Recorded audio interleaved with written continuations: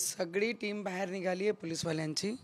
रात्री त्यांनी SP साहेबांनी बोलून ठाणेदार होते आणि जे इलेक्शनमध्ये ज्यांच्यावर जबाबदारी असते ते अधिकारीसुद्धा तिथे होते आणि त्यांनी मला स्पष्ट सांगितलं, मॅडम एकालाही आम्ही सोडणार नाही आणि ज्यांनी जे रात्री ज्या पद्धतीने केला शांतिप्रिय, म्हणजे लोकसभामध्ये आम्ही पूर्ण शांतिप्रिय काढलं होतं आणि आत्तासुद्धा शेवटचे 2 दिवसच उरले होते, पण ज्या पद्धतीने ते हुटिंग करत होते, हुटिंग केल्यानंतर सुद्धा मी शांती वापरत होती, कारण माझी सभेमध्ये काल 200 ते 250 लोक अपंग लोक बसले होते आणि ते सगळे माझी भेटी करता आले होते आणि जेव्हा मी भाषण करत होती लांबवरून ते मला पाहून हुटिंग करत होते।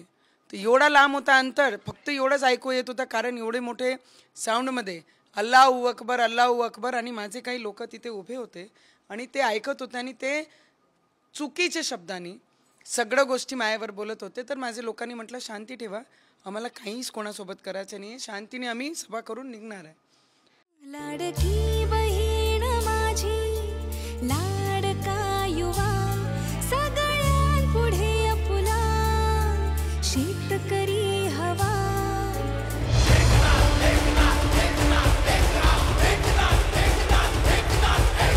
शिवसेना जिंदाबाद, दृश्यमान जिंदाबाद, शिवसेना जिंदाबाद, दृश्यमान जिंदाबाद, शिवसेना जिंदाबाद, दृश्यमान जिंदाबाद।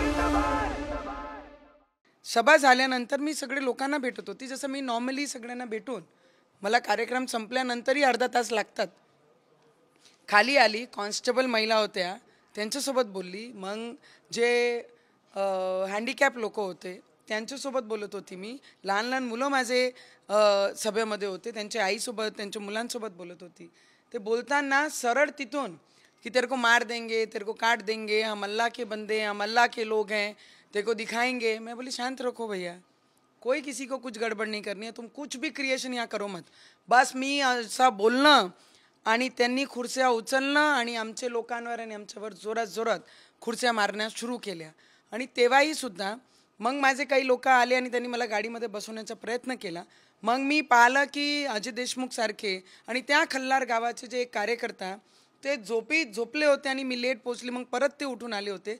त्यांना जर मी काल नसती तर या दोन्ही माणसाचा जीव त्या लोकांनी घेतला असतं आणि ज्या पद्धतीने ते तिथे होते त्यांचा पूर्ण व्हिडिओ आहे आणि मला वाचवताना मला माझ्यावर थुकण्याचा प्रयत्न केला आणि माझे 6 गार्ड जे अंगरक्षक होते त्यांनी तेव्हा वाचवलं। खूप साऱ्या खुर्च्या माझे महिला अंगरक्षकला लागल्या, पुरुषांना लागल्या जे माझे अंगरक्षक होते, जे गार्ड होते आणि एकावर ते माझ्यावर थुकत होते, तर त्यांनी मला वाचवलं तर त्यांच्या पूर्ण कपड्यावर त्यांनी थुकले आणि या सगळे प्रकार जेव्हा झालं तर याच्यातून एकच स्पष्ट होते की देशामध्ये जे व्यक्ती आपले विचारांसाठी लढत आहे, जो विचार आपण घेऊन चालत आहे, ते विचार कोणीही स्पष्ट ठेवलं नाही पाहिजे, पण आम्ही बाबासाहेब आंबेडकरांचे विचारावर चालणारे लोक आहे आणि ते विचार घेऊन संविधानाला मानणारे लोक आहे, ते विचार घेऊन मी मैदानात आहे, कालही होती आजही आणि पुढेही राहणार आहे। जर त्यांची भाषा असन कापण्याची तर आमची भाषा त्याच पद्धतीने राहील, आम्ही शांतनी बसणार आहे। आम्ही तो काळ गेला जेव्हा हिंदू शांततेने एक गालावर कोणी मारलं तो दूसरा गाल समोर करत होता, आज वो स्थिति नहीं है। अगर कोई एक गाल पे मारेगा तो 2 जरूर खाएगा और इसका उत्तर उसी तरीके से मिलेगा जो तरीका वो बताते हैं। कौन थे वो लोग, क्या किस पर आरोप है? आप तुम्ही जर पाहिलं तर तो गाव उद्धव ठाकरेजींचे तालुका अध्यक्षाचं गाव आहे, तिकडचा सरपंच आहे आणि ते सरपंच असल्यानंतर 5 वाजतापासून जेव्हा आम्ही तयारी सुरू केली, पहिले त्यांनी धिंगाणा घातला स्टेजचे फेसिंगबद्दल, मग स्टेजचा चेहरा कुठे झाला पाहिजे कुठे नाही झाला पाहिजे त्या पद्धतीने त्यांनी सुरुवात केली।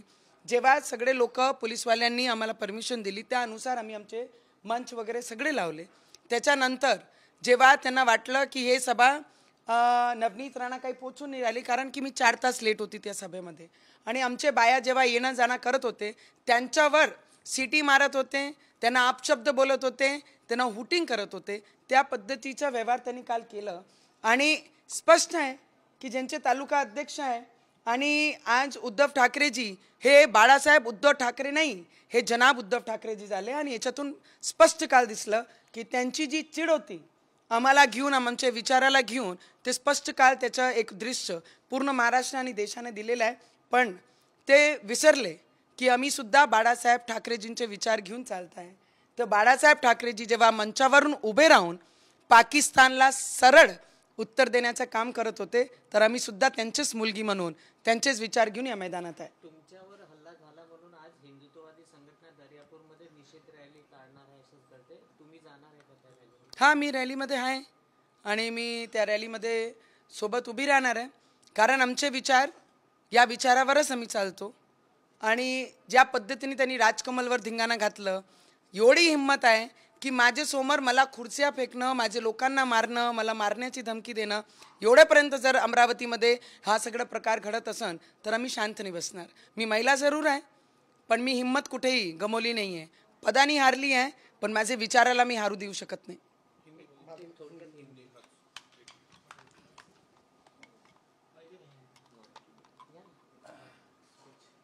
आज जो कल रात में जो तुम पर हमला हुआ है, इसके जिम्मेदार कौन है? क्या मैं आपको इतना ही बता सकती हूँ, बहुत शांति प्रिय से जो हम सभा कर रहे थे, और सभा के दौरान जब मैं भाषण दे रही थी, दूर से ही कई लोगों की हुटिंग शुरू हुई और उन्होंने स्पष्ट जोर जोर से यही कहा, अल्लाह अकबर के नारे शुरू किए. हमारे कई लोग थे, जब आपके चाहने वाले लोग आजू बाजू खड़े होते हैं तो उससे आपको समझ में आता है कि कुछ तो गड़बड़ वहाँ पे चल रही है.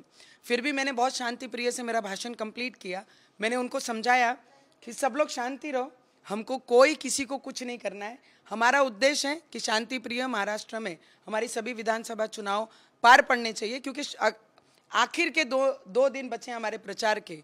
और उसी के दौरान जैसे मैं नीचे उतरती हूँ, मैं महिलाओं को मिल रही थी, अपंग ऐसे व्यक्ति थे मेरे साथ में कल उस सभा में, 150, 200, 250 से भी ज़्यादा अपंग लोग उस सभा में बैठे थे. तो कोई भी न्यूसेंस अगर उधर होती थी तो सबसे ज़्यादा परिणाम उनके ऊपर दिखाई देता था. इसलिए सभी लोगों को मैंने आह्वान किया था, मेरे लोगों को, कि कोई भी वहाँ पर शांति भंग नहीं करेगा. शांति से ये गांव का सभा होने के बाद हम निकलेंगे. पर शुरुआत 5 बजे से हो गई थी, जब हमारे लोगों ने वहाँ पर मंच डालने की शुरुआत की. हम लोगों ने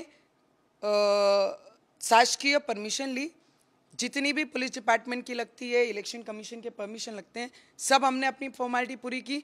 पर तब से उनका शुरू हो गया था, यहाँ मंच नहीं होना चाहिए, वहाँ स्टेज नहीं होना चाहिए. इसके पीछे कौन था इसके पीछे? मैं आपको इतना ज़रूर बता सकती हूँ, वो जो गांव है, उस गांव में उद्धव ठाकरे जी के, जनाब उद्धव ठाकरे जी के तालुका अध्यक्ष रहते हैं. क्योंकि उद्धव बाळासाहेब ठाकरे जी ये नाम उनके बीच में से गायब हो गया है, तो अभी जनाब उद्धव ठाकरे जी बन गए. तो स्पष्ट है कि जिस पक्ष का तालुका अध्यक्ष वो वहाँ रहते हैं, ये सीधा सीधा उन पे इशारा जाता है कि उन्होंने ये किया हुआ सभी कृत्य हैं उनके लोगों ने. मुझे लगता है मेरे विचार, जब 14 दिन मुझे जेल में रखा था हनुमान चालीसा पठन करने के बाद भी कोई मिटा नहीं सका. मेरे विचार कल भी थे, आज भी है, और आगे आने वाले आखिरी सांस तक मैं विचार लेके चलूँगी. वो समय गया जब हिंदू ये बोलते थे कि एक गाल पे मारा है तो दूसरा गाल आगे कर देते थे. अब वो समय नहीं है. अगर एक मारेंगे तो 2 जरूर मिलेंगे, और जिस तरीके से जिस भाषा में वो बात करेंगे उसका उत्तर उसी भाषा में उन लोगों को दिया जाएगा. इसमें कहीं पर भी शंका नहीं है. बोला जा रहा है कि बटेंगे या कटेंगे की बात जब बोली जा रही है, तो क्या उसका ये प्रति जवाब है? ऐसा लगता है बटेंगे और कटेंगे की बात जब बोली जा रही भाजपा की ओर से, तो इसका जवाब है ये? मुझे लगता है एक ओबीसी बाहर से आके, हैदराबाद से आकर संभाजी नगर में हमें 15 मिनट पे धमकाते हैं, खुलेआम हमारे लोगों को ये बताते हैं कि 15 मिनट में हम हिंदुओं को ख़त्म कर देंगे. जब वो धमकी देते हैं तो उसका उत्तर उसी तरीके से, उसी पद्धति से उनको ज़रूर दिया जाएगा. और रही बात आपके प्रश्न की, बटेंगे तो कटेंगे, ये नारा उनके तरफ से आया है. हम बोलते हैं एक रहेंगे और सेफ रहेंगे.